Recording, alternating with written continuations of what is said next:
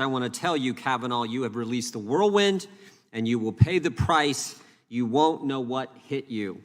April of last year, the Democrat chairman of the House Judiciary Committee introduced legislation to add 4 associate justices to the United States Supreme Court, to pack the court. May 2nd of this year, the draft opinion of the Dobbs decision was made public. The next day, May 3rd, the very next day, attacks on churches, crisis pregnancy centers begin.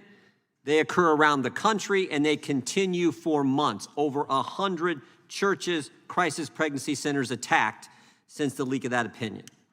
Now, you know what they call all that? You know what all that's called? Intimidation. Threats against Justices Gorsuch and Kavanaugh, threats to pack the court, leaking of an opinion, and attacks on churches, a concerted effort by the left to intimidate the highest court in our land.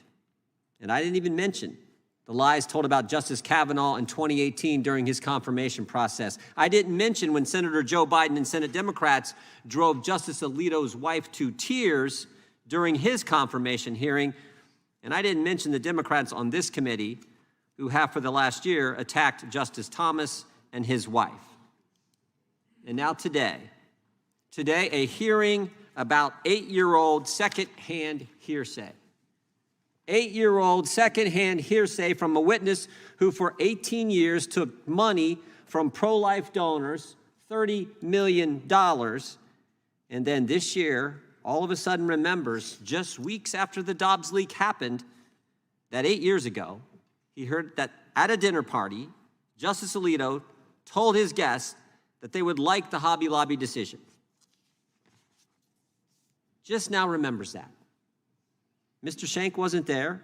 Justice Alito said Mr. Schenk's story is not true. The dinner guest said Mr. Schenk's story is not true. The Supreme Court said Mr. Schenk's story is not true. Politico said, quote, "We spent several months, attempting to corroborate Schenk's claim, but were unable to locate anyone who heard about the decision from Alito or his wife before its release." Let me just say that part of that again.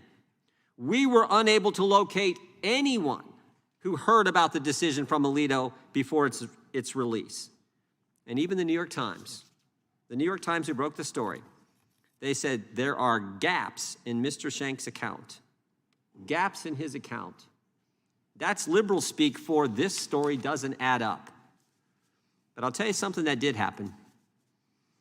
The Dobbs draft opinion was in fact leaked, and it was made public on May 2nd, 2022. And after that leak, as I've said, dozens and dozens of churches were attacked. Dozens and dozens of pro-life crisis pregnancy centers were attacked. Protests occurred at Supreme Court justices' homes, and there was an assassination attempt on Justice Kavanaugh.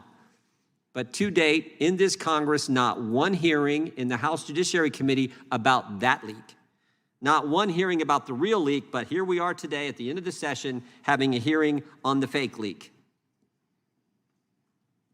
From a witness whose story even the liberal press says, quote, "We were unable to locate anyone who can corroborate what he said."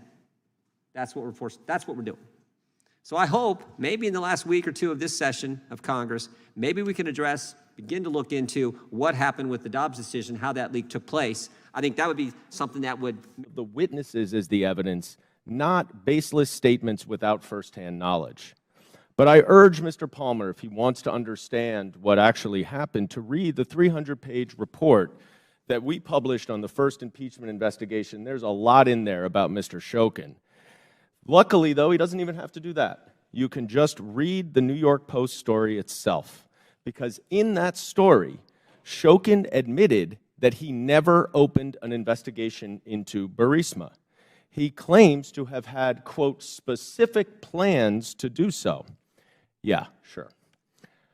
For 2 years, Rudy Giuliani had been peddling Victor Shokin's bogus story, including with agents of Russian intelligence. And Chairman Comer, if you question that, I urge you to look up Andrei Derkach. So who was the sole source of the hard drive to the New York Post? Rudy Giuliani. And for these reasons, many journalists were highly skeptical. One reporter at the New York Post itself refused to put his name on the story. Fox News' Brett Baer said, quote, The whole thing is sketchy, unquote.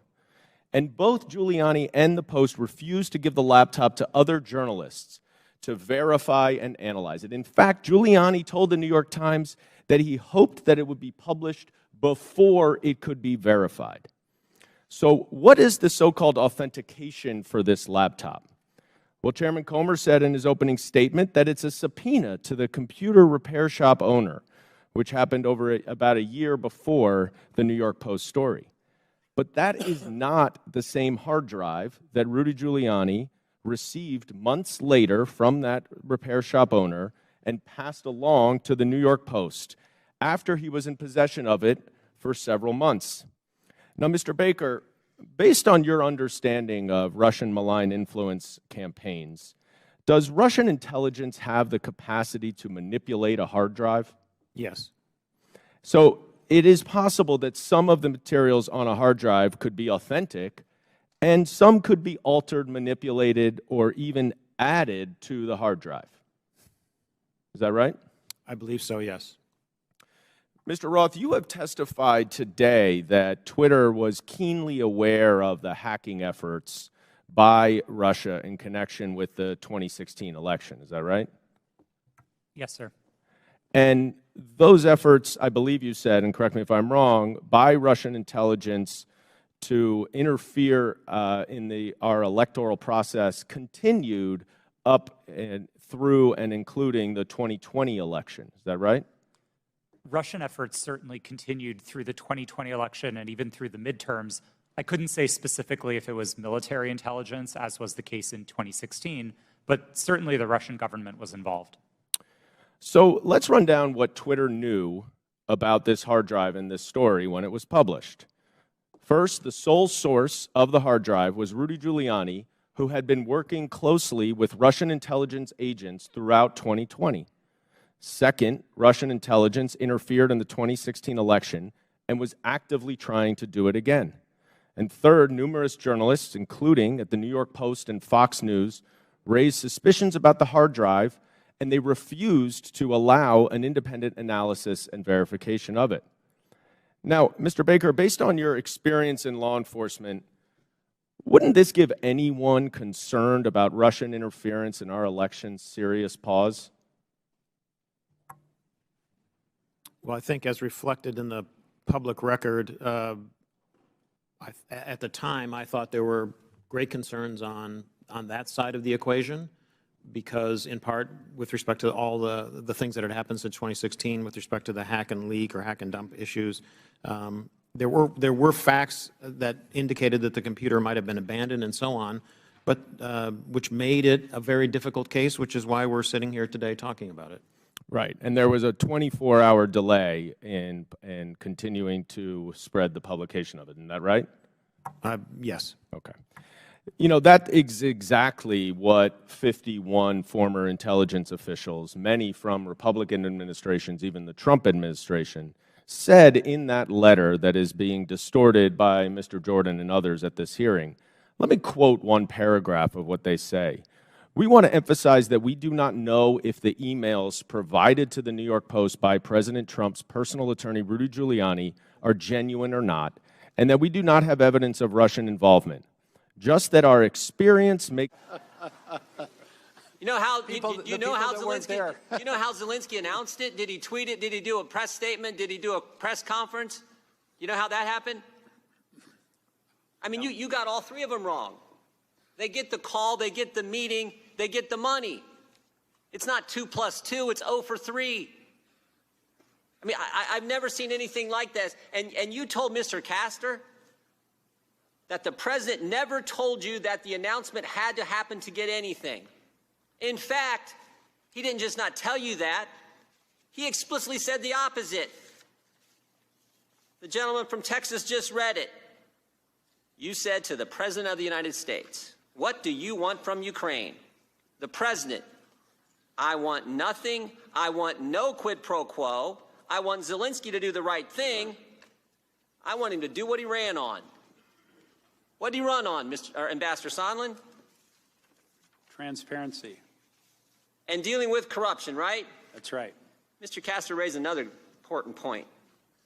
Why didn't you put that statement in your opening statement? I think you said you couldn't fit it in. Is that right? Said we might be here for 46 minutes instead of 45 minutes. It wasn't purposeful, trust me.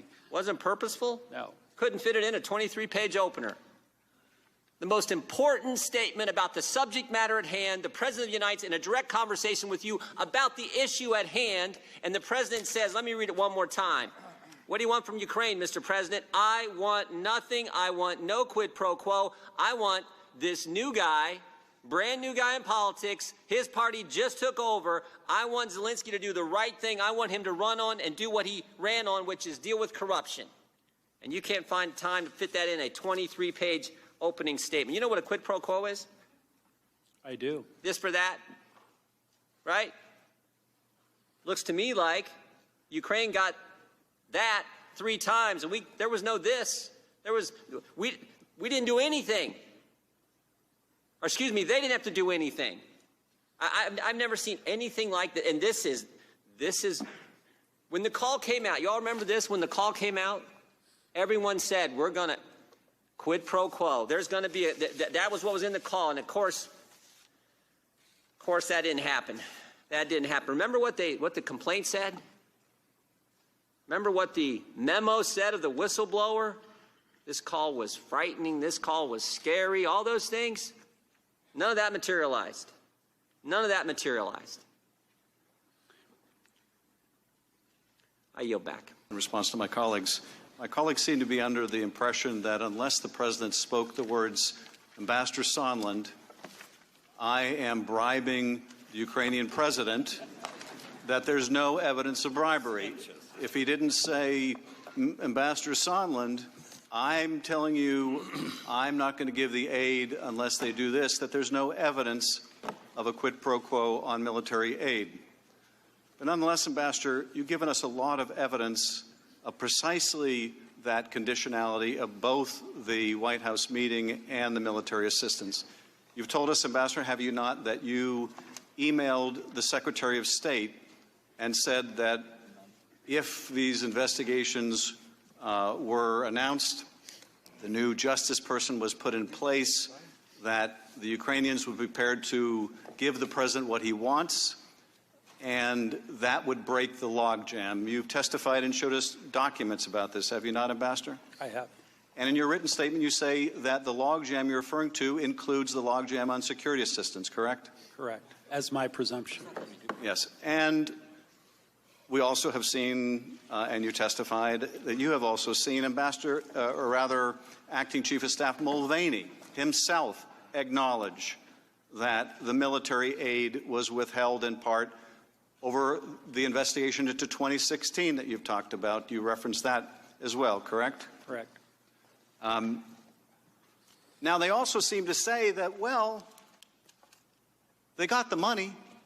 The money may have been conditioned, but they got the money. Yes, they got caught. They got caught. Now, they still don't have the White House meeting. They made no statement. They got no meeting. The statement on the investigations was the condition to get the meeting. They didn't make the statement. They got no meeting. But they got caught.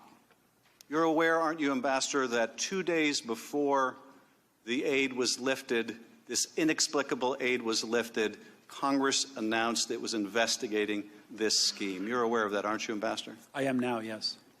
Is there anything you'd like to respond to, what you've heard today? Yeah, I'd like to respond to Acting Chairman J. Paul and your comment about the Trump administration moving money around for more detention beds. I'd like to remind you, under the Obama administration, we did that most of the years he was president. We moved money around DHS. It's called reprogramming. We did that under the Obama administration. I don't remember any hearings on that.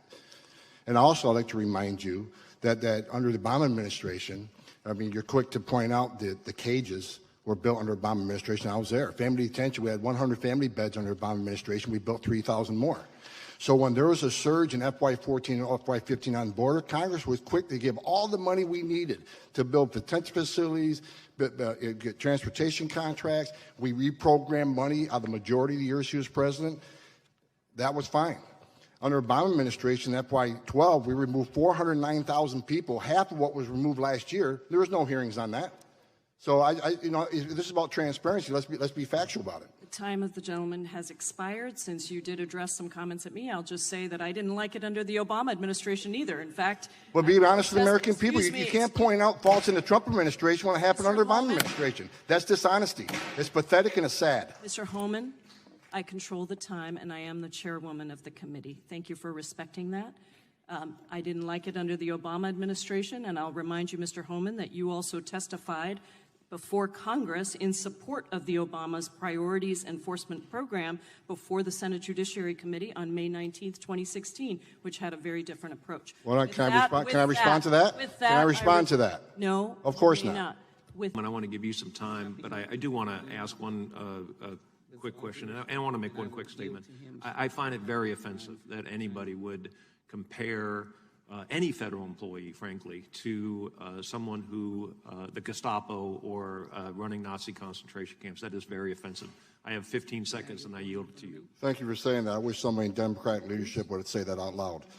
Look, you want to know why there's 50,000 people in detention? You want to know why we have 1 million illegal entries in the United States? You want to know why we have these issues? Because you have failed to secure the border. You have failed to work with this president to close the 3 loopholes we've asked for 2 years to close. Time of So the if you want to know why gentleman this has issue expired. exists, you need to look in the mirror. Time of the You gentleman have failed has American expired. people Mr. for not Holman. securing the border and closing loopholes. Mr. Holman, Look- please respect